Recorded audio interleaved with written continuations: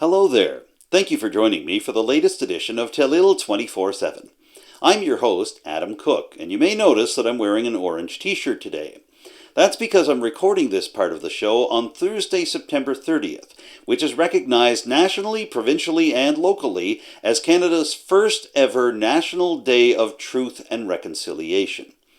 Now, the local municipal offices for Port Hawkesbury, Richmond County, and the town of Mulgrave are all closed on this day, as are many other local businesses and services. And later on in the show, I'll take you to a special ceremony that was held in Port Hawkesbury just a few days ago, as orange ribbons were put on a tree just outside the Civic Centre to help honor the residential school's legacy and to provide tribute and honor to the residential school survivors and their victims. I'll also take you to West Bay Road this week on Telile 24/7. Several local fire departments held a training exercise there, and it helped to drive home the importance of bringing more dry hydrants to Richmond County. We'll explain why in just a bit. And I'll also be speaking to the newly re-elected MP for Cape Breton-Canso, Liberal Mike Kelloway. But before we do that, let's have a final breakdown of the numbers in Cape Breton-Canso from the recent federal election. Coming in first for the second consecutive election was Liberal candidate Mike Kelloway, who finished the night with 46.3% of the vote, or 17,348 votes. Kelloway was one of only two candidates in Cape Breton-Canso to increase his party's share of the vote from the 2019 federal election. In 2019, Kelloway took in 16,694 votes for 38.88% of the vote. The Conservative Party once again finished second in Cape Breton-Canso. Former public servant and civil servant Fiona McLeod finished with 13,133 votes, or 35% of the total vote. That's down from the tally taken by former PC MLA and two-time federal Conservative candidate Alfie McLeod in 2019. He picked up 14,821 votes, or 34.52% of the popular vote. Another first-time candidate finished third in Cape Breton-Canso, Jana Reddick of the NDP. Reddick from Glace Bay took 5,395 votes, or 14.4% of the popular vote. That's not far off the pace of Laurie Suter, who ran for the NDP in 2019. Suter took 6,354 votes, or 14.8% of the popular vote. Apart from Mike Kelloway, the only Cape Breton-Canso candidate to increase his party's vote total from 2019 was Brad Grandy of the People's Party of Canada. Though not from Cape Breton-Canso, Grandy took in 1,589 votes, or 4.24% of the popular vote. That's more than double the percentage that was taken in by Isle Madame broadcaster Billy Joyce in 2019 when he ran for the PPC.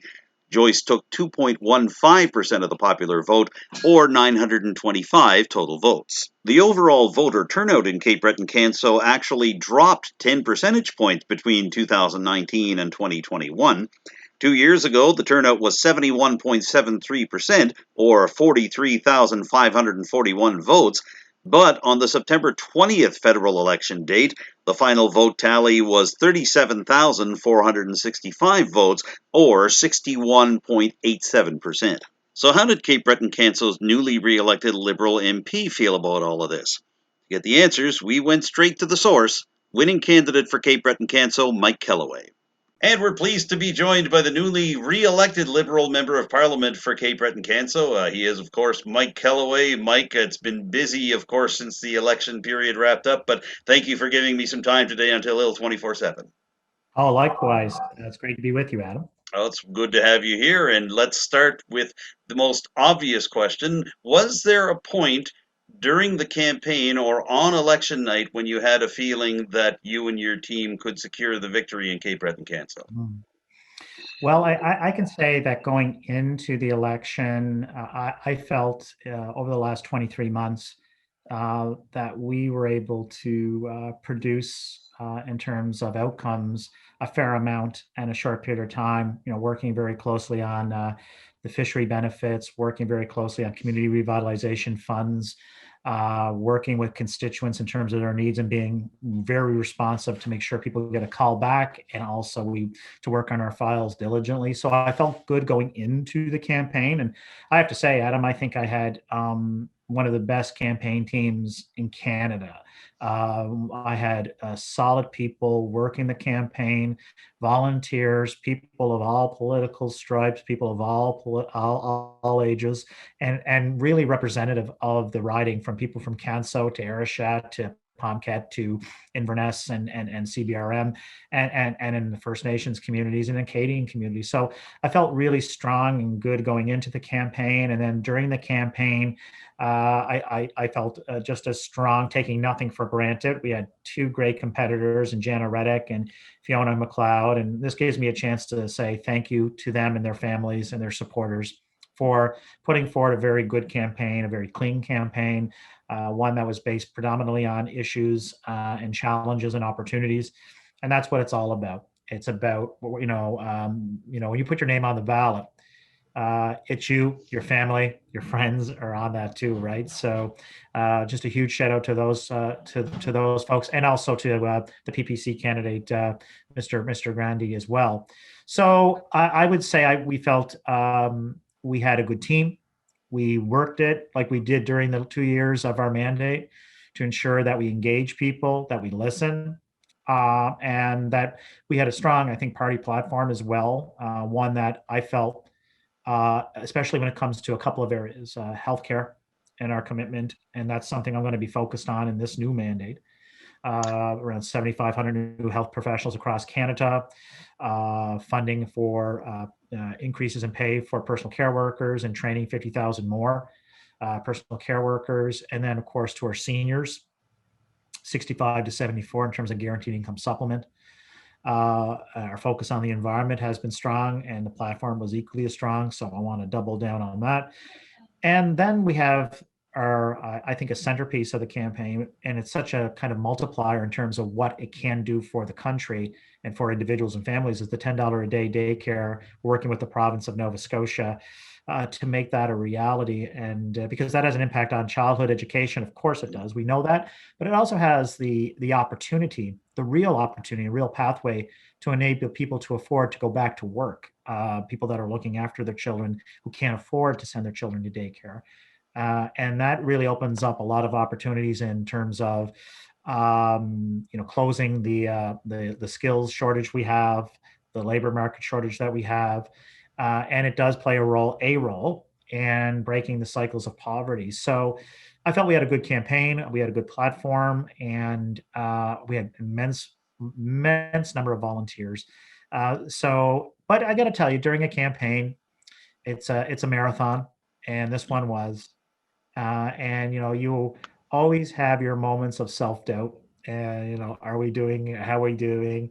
But I never wavered on our supporters. I never wavered on our volunteers and my campaign team.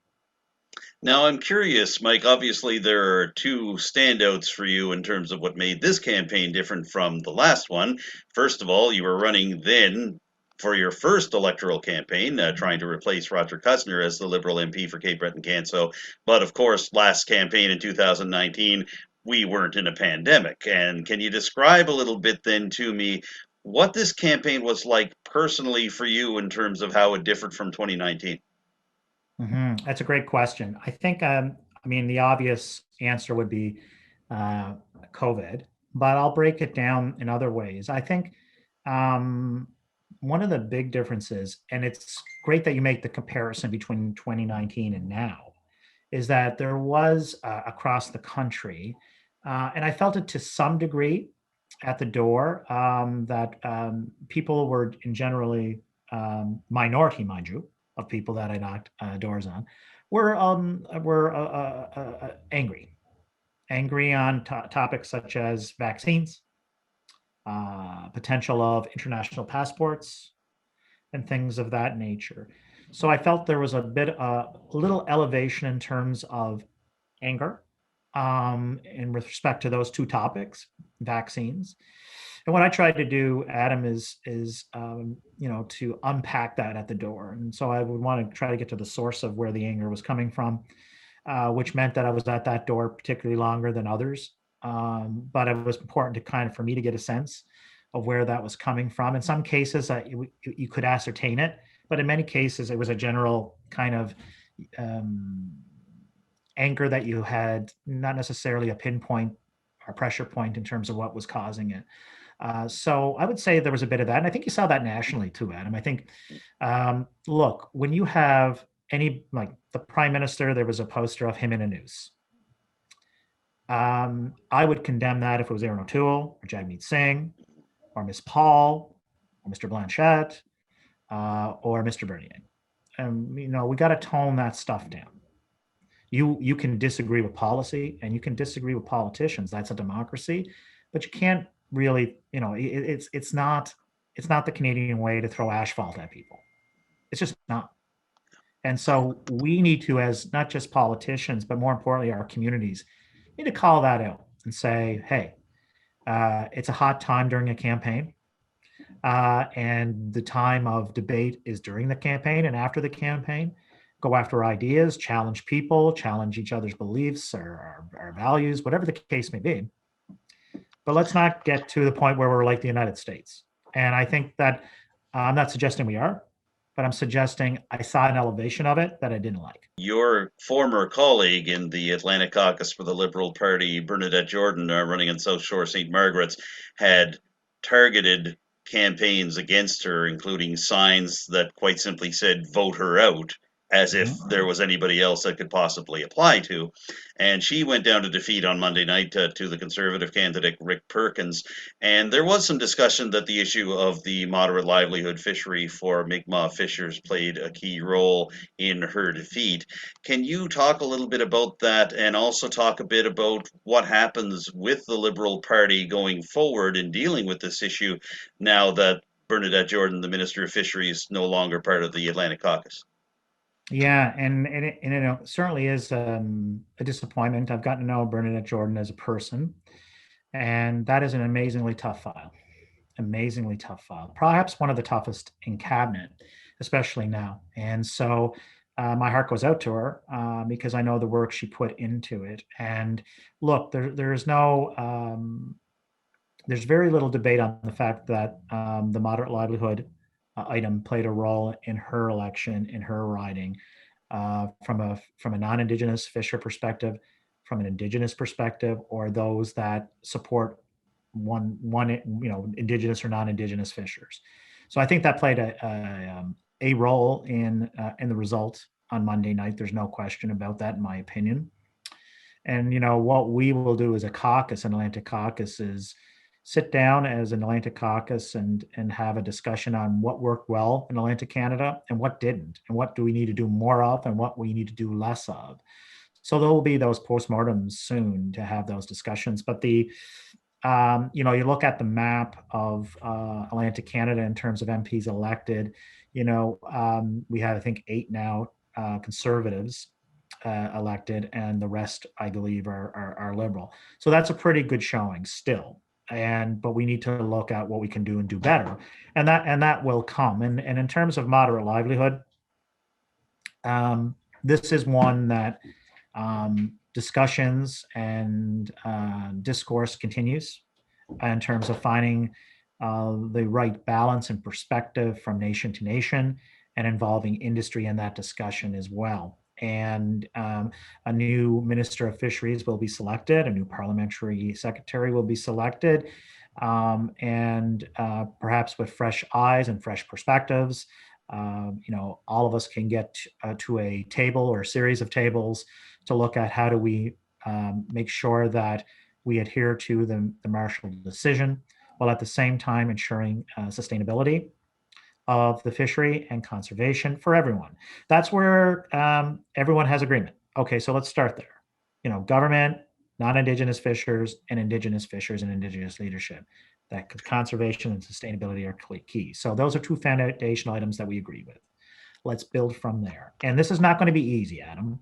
It's not going to be easy, but look, I am exceptionally honored to work with people like Carlos Samson, who's demonstrated an immense amount of leadership in Richmond County, and likewise with the chief of Potlatech, Wilbur Marshall.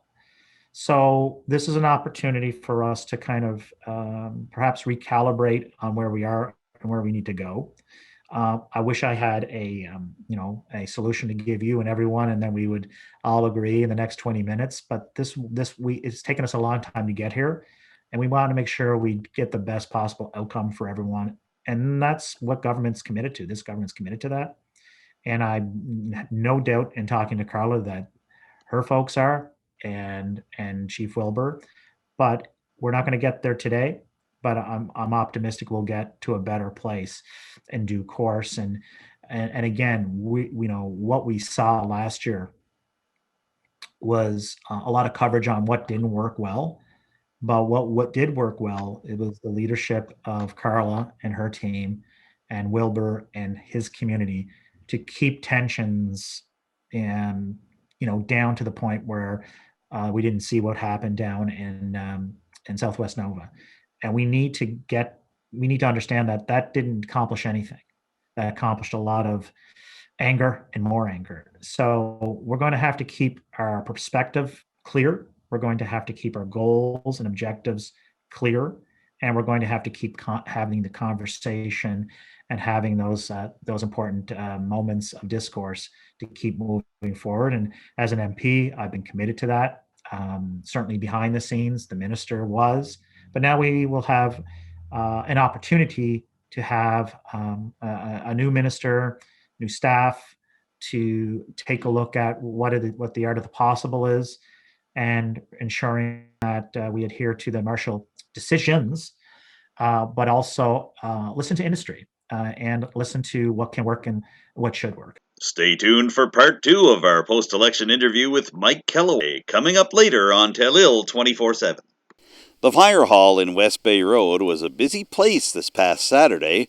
During the morning and the early afternoon, the West Bay Road and District Volunteer Fire Department partnered with the Strait Area Mutual Aid Association to host a special training exercise involving various types of firefighting equipment. Let's take a look at what they did right now.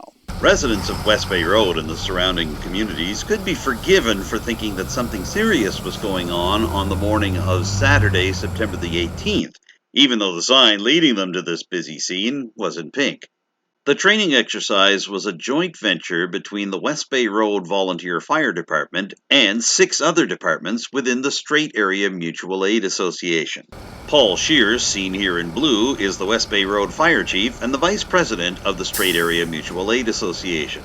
Here's how he described the activities of the morning and early afternoon of Saturday, September the 18th. So basically, it was a training exercise amongst 7 fire departments, 6 fire departments supplying apparatus. Basically, membership out from Port Hawkesbury, Port Hastings, West Bay Road, Valley Mills, Louisdale, Isle Madame, and St. Peter's. What we were trying to do was set up a water fill site and a discharge site, which would have been a fire scene. So the goal when you're doing these things is basically to meet the regulations that the Underwriter Survey outfit puts out, which is a minimum of 200 gallons per minute in a rural area. So we actually surpassed that, but we found a number of issues as we did our training. And that's basically what you work towards during a day like today, is do it, understand it, and then the next time you do it, you understand your problems and you're trying to correct them. To carry out the water shuttle training exercise that Chief Shears just described, the 7 participating fire departments met at this fill site just outside of West Bay Road and shuttled water to a discharge site that would be considered an emergency scene with a huge amount of water flowing. The exercise consisted of logging all necessary information such as truck fill times, tanker gallonage per truckload, tanker trip delivery times, tanker trip return to fill site times, the amount of time at the discharge site, pumper discharge volumes, and pumper discharge volumes and pressures. It involved 5 tankers and 3 pumpers from the various fire departments. It was great what we saw out there today. A lot of newer members from the departments involved. We had the issues at the fill site. You had a number of the volunteer firefighters running around. Let's try plan B, let's try plan C. Everybody was running on their feet, and it was the same at the fill site. While Chief Shears and his fellow volunteer firefighters are pleased with the progress they've made on this day, The issues at the fill station bring up a larger concern involving dry hydrants in Richmond County. The West Bay Road and District Volunteer Fire Chief feels that there aren't enough dry hydrants in the county right now to be able to meet the demand for his department and for the broader Strait Area Mutual Aid Association. We have 4 dry hydrant locations. So what we've discovered today with this exercise is our number 1 dry hydrant location is now not feasible to operate for an emergency. We didn't have the water supply. Our 4 dry hydrants were installed 35 years ago, thereabouts. So we talk about climate change. So climate change has affected the water sources because you either don't have as much water, it gets drier, so now you have to turn around and look for better water supplies. So for us, the big thing today that we learned was we have to go out, revisit the dry hydrant situation in our area, and what it has shown in the other fire departments is the kind of water supply you need in order to fight rural fires. The exercise from earlier this month took place nearly 9 months after the Strait Area Mutual Aid Association made a presentation to Richmond Municipal Council urging for action on developing new dry hydrant sites. However, Shears, who serves as the vice president of the Strait Area Mutual Aid Association, is unconvinced that activity is going to happen anytime soon unless there's a change of philosophy at the municipal level. With Richmond County, I have to say I'm not happy. We've been pushing to have the dry hydrant fixed in our area that we serve in Cleveland for almost 3 years now. Still no give on the county as far as getting results. Okay, so in that area, no, we're not happy. Council has got to realize that they're allowing new subdivisions to be built in rural areas within the county, and there are no provisions for emergency water sources. In this day and age, that is just, I don't know what word to use. I don't know how to describe it, because you would think that there would be something in a bylaw that would demand they have an emergency water source. Notwithstanding the dry hydrant issue, there's good cheer among the firefighters on this day as they return to the West Bay Road and District Fire Hall for a barbecue. And in Chief Shear's words, the visiting departments are gung-ho to hold a similar training exercise this coming spring. In West Bay Road, for Telile 24/7, I'm Adam Cook. And now let's return to our interview with recently re-elected Cape Breton-Canso Liberal MP Mike Kelloway. And we're going to talk a little bit about the national picture, including the makeup of the new House of Commons, which looks an awful lot like the makeup of the previous House of Commons, and whether this election was necessary in the first place. Let's continue our conversation with Mike Kelloway right now. Mike, I wanted to shift over to something that came up over the course of the candidates debate that took place that Telile was a partner with in Port Hawkesbury on September the 10th. You were challenged on the idea of holding an election right now during a growing fourth wave of the pandemic, including here in the Maritimes. Your response was that Parliament had become unworkable, and you pointed in particular to opposition members of Parliament as to why it had become unworkable. Even though there are still some counts going on in a handful of ridings as we see Elections Canada take care of the mail-in ballots, it looks like when the dust settles on this, the party standings will be almost identical to what we saw before the election. I imagine you've heard this more than once over the last few days. So the question to you then is, do you still feel it was worth it to have had this election to try to resolve the issues that you brought up during the debate? And do you feel that we can go forward from this and that Parliament can work again? Yeah, I absolutely believe that it was the right thing to do to call an election based on where the Prime Minister and Cabinet and other folks want to take the country, pandemic and post-pandemic, and how we want to tackle that as a country. So that's number one. Number two, last term, especially in the months of May and June, got very, very, in my opinion, obstructionist. Not by the NDP or the Bloc, but the Conservatives. So the fact is that we have an opportunity to continue to do good work, to look at the art of the possible in a minority government, and the government will do what it has to do to make that happen.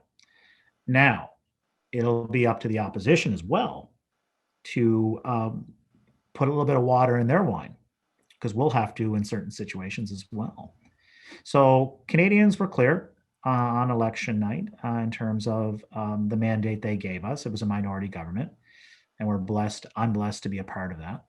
But it's also a message from Canadians to say, continue working across party lines and make it work. And don't look for 5 or 10 or 30 or 100 ways not to do something. Find the way to get things done. Find the way to get things done on healthcare in terms of working with the provinces. Find ways to get pharmacare a reality in the provinces. We're working on that now. We know we've got an agreement in principle or an MOU with PEI. I believe the Tim Houston government will be one that is absolutely focused on healthcare. So we look forward to working with him and his cabinet. Look at ways to ensure that guaranteed income supplement happens sooner than later for seniors, and also the environment. We need to say loud and clear, there is no debate on climate change. It's here, and we need to deal with it. And those are the type of items that we'll be working on. And I think that, I've had experience in the 2 years of working very closely with, members of the NDP, for example, Don Davies and Randall Garrison, and reaching across party lines. And, I think there's lots of room to play with the NDP in terms of some shared objectives. And I hope that the same can be said for the Conservatives as well. But we're going to have to come together, and we're going to have, and I think the message was loud and clear. No elections anytime soon, okay? That's Yes. exactly what Canadians said. And they were clear on that. And so now it is up to government and to the opposition parties to find some shared objectives, shared outcomes, and get to work. That's what I heard. Get to work. And I'm here today at work, and I apologize for not shaving today. My wife is going to cringe when she sees this video. But I had to get here early, and I lost my razor, believe it or not. But I'm back at work. And so we need to get government back to work quickly, because there's much to do. The last budget that was passed was significant in terms of investments. And what we want to do based on our platform is exceptionally important. A specific transfer of monies for mental health is necessary. It is necessary for Cape Breton-Canso. It is necessary for the province of Nova Scotia. We need to reduce wait times in mental health. We need more mental health practitioners. We need to see more money go to grassroots mental health organizations. So that I'm going to be focused on. But focusing on working with the provinces, and this is all when it comes to health, it's hand to hand in terms of working with the provinces, because they administer it and they're the leads on it, but we fund it. Is that we need in our province to focus on that 7,500 across the country, doctors, nurses, health practitioners, social workers, to provide the funds necessary for the provinces to reduce wait times, encourage people to come to rural, doctors to come, and nurse practitioners and so forth to come to rural Canada. Cape Breton-Canso would be the example in our case. And we really need to support general practitioners in terms of when they're setting up their practices, and provide substantial help in reducing their student loans. But we also need a commitment from those doctors and nurse practitioners and social workers that they stay longer than 3 years.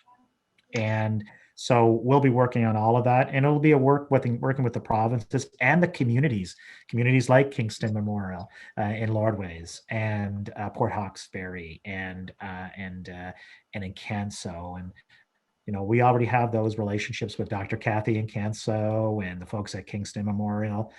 And I'm looking forward to continuing that journey and trying to make good things happen, along with a new provincial government, municipalities, and community groups. I am wondering, Mike, as well, too. You mentioned the NDP just a moment ago, and specific MPs within the NDP.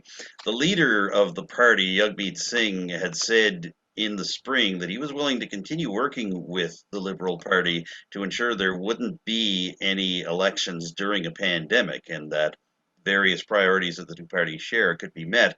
Now that the election is over and the NDP seems to be of the same caucus size that could help a Liberal minority last for a little while, is there any value or appeal to you or to your fellow caucus members to try to forge a stronger relationship with the NDP caucus, whether it's a full-blown coalition government, whether it's the idea of having Mr. Singh or any of his MPs serving in a Liberal cabinet? What are your thoughts on that possibility?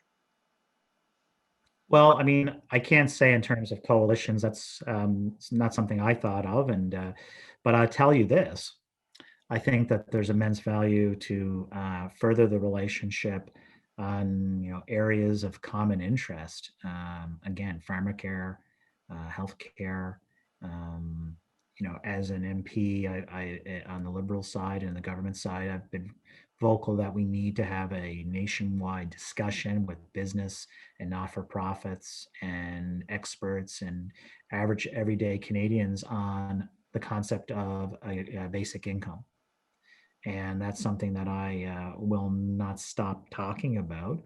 But I also want an inclusive conversation on pros and cons and things of that nature. I mean, we are home to Moses Cody, Jimmy Tompkins, JB McLaughlin, and people that were innovators and formed cooperatives that are the benchmark for the world right now.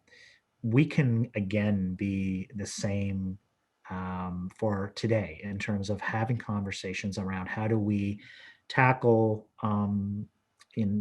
inequities in the system in terms of inequality and financial or otherwise.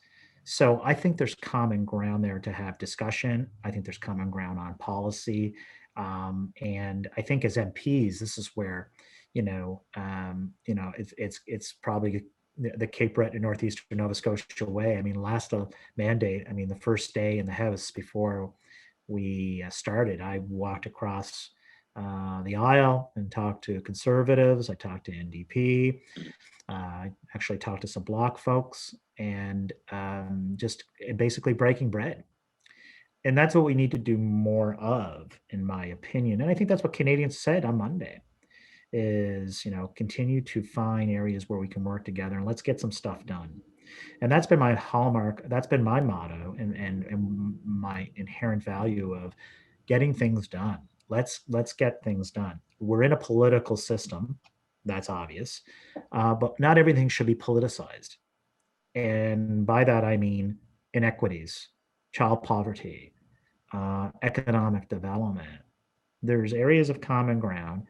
And I think our leadership, our prime minister will find those common areas with Mr. Singh or others to have Canadians' backs as we did during the pandemic, and that has to continue because we're not out of the pandemic, and we need to have a plan on right now being in the pandemic and after the pandemic, and I think that I'm an informed optimist. I'm not an optimist where I look at everything and go, it'll get better tomorrow. I'm an informed optimist, and I kind of base it on people's actions and approaches. I think that I'm still an informed optimist, and I think that we have an opportunity to do some great things for Canadians, whether it's healthcare or seniors or economic development or helping to break the cycles of poverty. I was on last night. I went online and YouTubed Alan J. McCacken and his track record. And there was a documentary of the things that a minority government under Lester Pearson did in terms of Medicare and EI. That was during a minority government. And it was people like Alan J. That worked across party lines. And I'm sure that wasn't easy. And I'm sure it wasn't everyone singing Kumbaya and getting things done. There had to be moments of debate, and but what his hallmark was as a politician, there were many, but one of his hallmarks was listening. And I think that we would all do well in politics to have more Alan J's in terms of listening and making efforts to work across party lines. I certainly have in my 23 months as MP, and I look forward to doing that more, and to get things done. Because, why are we here? We're here to serve our constituents. How best do we do that? Well, in a minority government, that is working on the art of the possible and working with people on the other side of the aisle.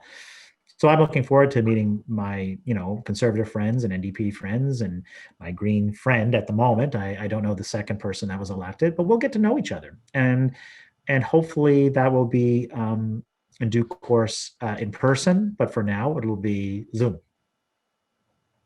Well, last question to you, Mike. You did bring up the Prime Minister a moment or two ago, and I do want to speak to you about Mr. Trudeau. For whatever criticisms have been leveled at him in terms of the timing of this election and the earliness of this election coming less than 2 years into his latest mandate, he does join a select group of 9 prime ministers that have won 3 federal elections, whether they be majority or minority. Obviously, his story is not yet finished. He goes into this new mandate as the prime minister with the most seats, obviously. He still has some difficult waters to chart in front of him. But what's your thought about serving in a second government under Mr. Trudeau as prime minister and liberal leader, and about his overall legacy, and whether at all that's been tarnished by the calling of this election at this point?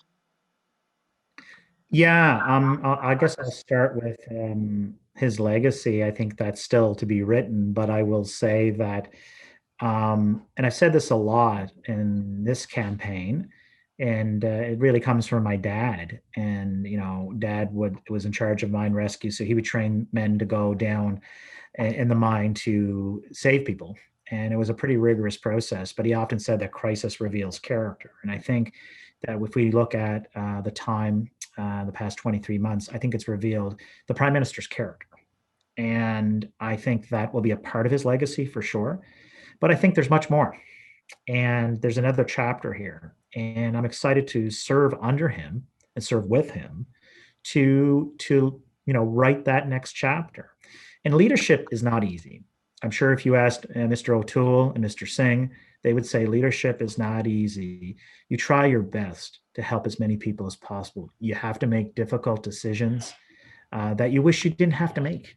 I don't think I know anybody who's gotten into politics to not help people, and sometimes you can't. I think with the prime minister in the past 23 months, we did everything we could to keep an economy going, to keep people working, to help people replace their income that they definitely lost overnight. Gig economy workers, self-employed people, freelancers, and then providing wage subsidies and things of this nature. And it was still a lot of people are still hurting. So we need to continue to work on that. And I got to see, quite frankly, a tremendous amount of empathy from the prime minister during our caucus meetings, but an immense amount of focus. And that's what I want when the chips are down and we have to jump in a foxhole. I want somebody steady at the wheel who will say and act to help Canadians. So I'm looking forward to continuing to serve with the prime minister, quite frankly, and I appreciate his efforts. And so, and I think that if you look at Mr. O'Toole and Mr. Singh, they also, had their challenges during this campaign as well, and they also had their, successes too. But everybody that attempts to serve or serves does it, in my opinion, because I like to think I'm not that cynical. They do it because they care and they want to help. And I think that what we need to kind of get back to in Canada is have strong debate on the issues, have strong debate on policy, have just strong debate on, each other's work ethics. I think that's fair, that I think that's okay. What we need to tone down, and we need to have a national discussion on this because I think it's really important, is, the anger of putting swastikas on people's faces. That wasn't a one-off. Female MPs being accosted verbally by people. We need to unpack that. We need to have a conversation on that. I think it's really important to do so because that does cross the line. It's not who we are, but I'm seeing more of it.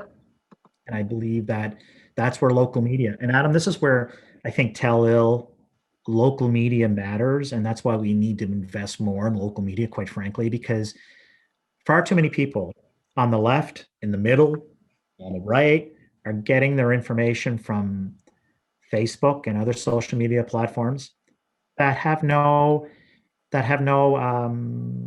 journalistic integrity. And we need to figure this out. And I don't know how you do.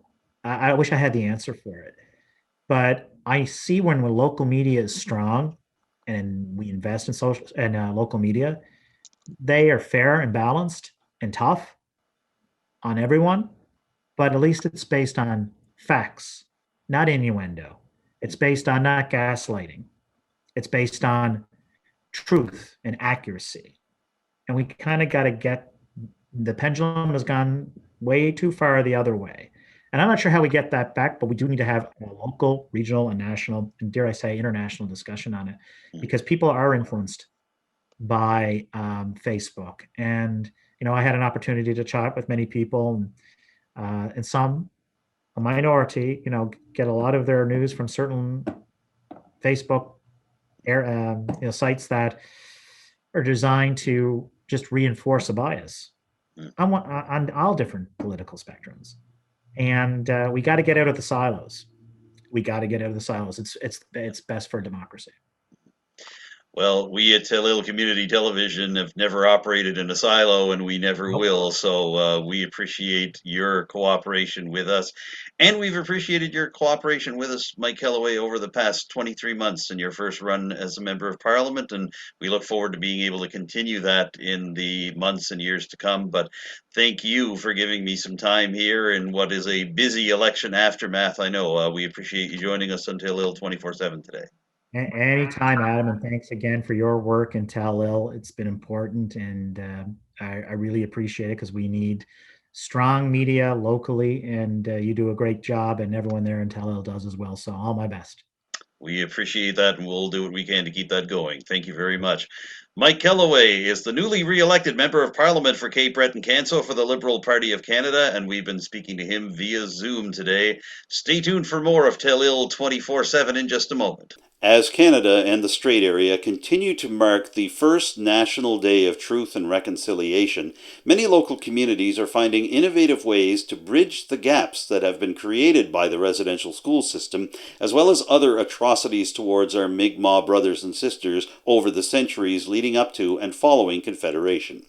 So let's take you now to the Port Hawkesbury Civic Centre, where Mayor Brenda Chisholm-Beaton and several Mi'kmaq leaders from around Cape Breton Island have come together for the first ever Orange Ribbon ceremony in Port Hawkesbury. We could all share this land, like we've done, we do it. Like here's Canadian Tire right over there, and nobody's there protesting saying, I'm going to put my wigwam there. A bit of sardonic humor from Budladek Band Councillor Anita Basque underscored the seriousness of the Orange Ribbon ceremony in Port Hawkesbury, which attracted provincial, municipal, and Indigenous leaders from all across Cape Breton Island. Against the backdrop of over 6,500 children's remains having been found at residential school sites across Canada over the past 5 months, and an ongoing dispute between non-Indigenous fishermen and those wishing to pursue a moderate livelihood fishery for Mi'kmaq fishers, the Orange Ribbon ceremony hit home for everyone gathered outside the Port Hawkesbury Civic Centre on Wednesday evening, in particular Port Hawkesbury Mayor Brenda Chisholm-Beaton, who opened with a land acknowledgement and a plea for unity. I would like to begin by acknowledging that we are here in Mi'kma'ki, the traditional and unceded territory of the Mi'kmaq people. This traditional territory is covered by many treaties, and it is important to note that these treaties did not deal with the surrender of lands and resources, but in fact recognizes Mi'kmaq title and establishes the rules for what is an ongoing relationship between nations. We are all treaty people. Mayor Chisholm Beaton was one of the few non-Indigenous speakers at the September 22nd Orange Ribbon ceremony in Port Hawkesbury. Instead, the majority of the commentary came from band councillors Stephen Michael Gugu of Wagaba First Nation and Anita Basque of Budladek First Nation. I'm so glad I'm here. And so glad that you guys are all here as well. Like, you know, our history, like, it goes back like centuries, like, you know, and for you people to be here and we're sharing our stories, like, you know, it's been shared so many times, but no one has paid attention to it. And the government hasn't paid attention. Now here we are, like over 6,500 children, you know, are being dug up and wondering what happened to these children. I remember my father telling me a story. I have to share this story. I always shared. My dad, when he was 7 years old, he remembers hiding with his parents in the woods when the priest came around and the nuns, like, you know, were going to take him away. And I remember as a little girl, too, when the nuns come around. No, you know, I have nothing against, like, you know, religions or whatever. But anyway, I remember them coming around, and my mom always say, you know, just go somewhere else, don't hang around the house, whatever. I didn't realize what she meant. But when my two friends came out of the residential school, they told me stories. Told me of what happened, stories of what happened to them. Sad. I cried. You know, it's just heartbreaking. We are constantly grieving. And I think we all know it. History in Canada has not been kind to Indigenous peoples. Now the discovery of all these children, 6,500 plus, and it hurts that these are our ancestors, children that never made it home. And I pray for everyone that never happens to your ancestors. Some of the evening's most poignant moments came courtesy of Membertou First Nation elder Katie McEwen, who recalled her time in the Shubenacadie Residential School and recalled how her family reacted when she started speaking English instead of Mi'kmaq when they came to pick her up. I went home for Christmas, and my brother-in-law and my mom picked me up at the train station. And she asked me a question, and I answered her in English. She turned right around, she was in the front seat, she turned right around, she said, "Did you lose your tongue?"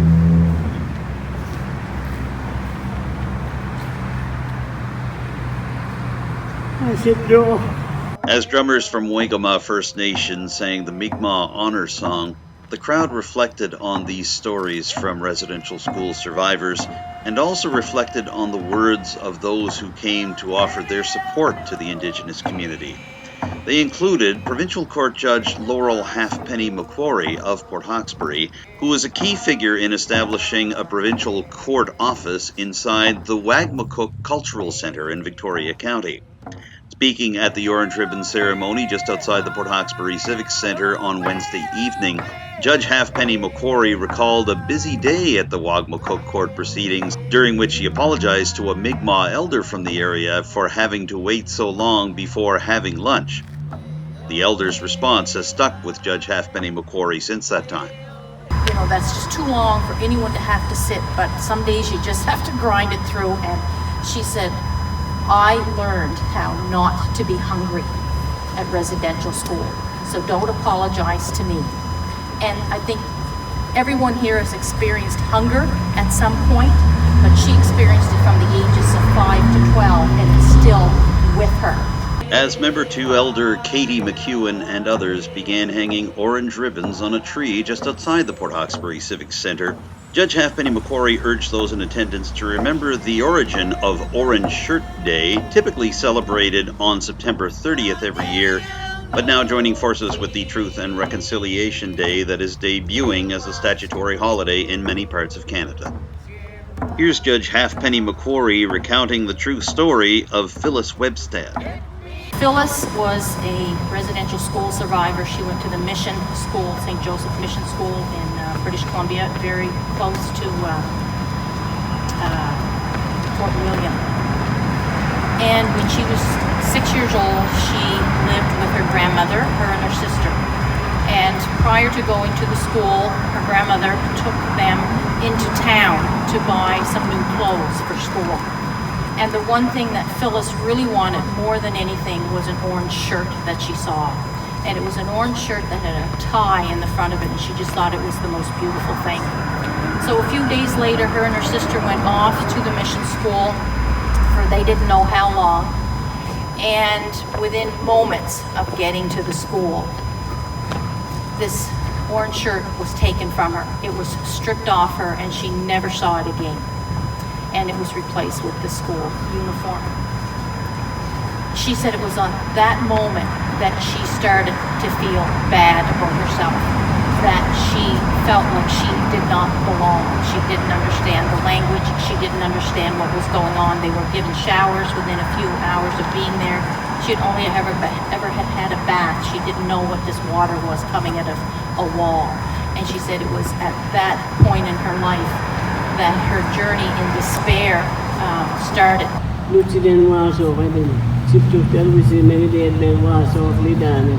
Despite the key role of many Christian denominations in the residential school system, many of those in attendance at Port Hawkesbury's Orange Ribbon ceremony still turned to the power of prayer. Member 2 Elder Katie McEwen recited the Lord's Prayer in Mi'kmaq. And other Mi'kmaq representatives, like Stephen Gugu from Wagobah and Anita Basque from Budladek, spoke of their own prayer that true truth and reconciliation can occur not just on September 30th, but every day of the year. Just say, let's be better people, and I pray that nothing like this ever happens again.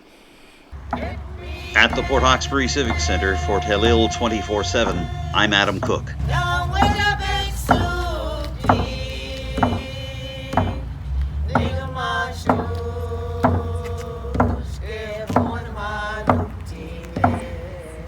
And that wraps up this week's edition of Telile 24/7.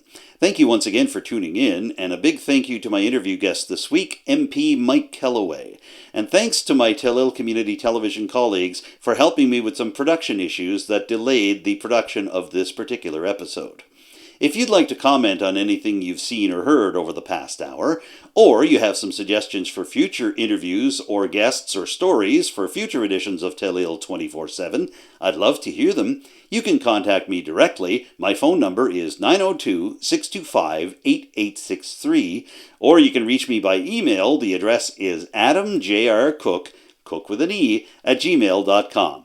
You can also contact Telile Community Television directly with your ideas and suggestions for programs. The station phone number is 902-226-1928, and the best email address to use is info@telile.tv.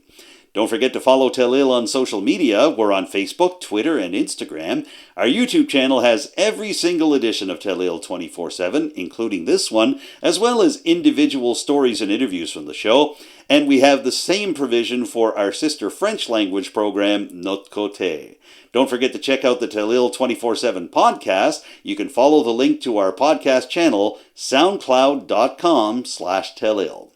I'm Adam Cook. Thank you for tuning in to this week's edition of Telile 24/7. I look forward to seeing you again very soon. Bye for now.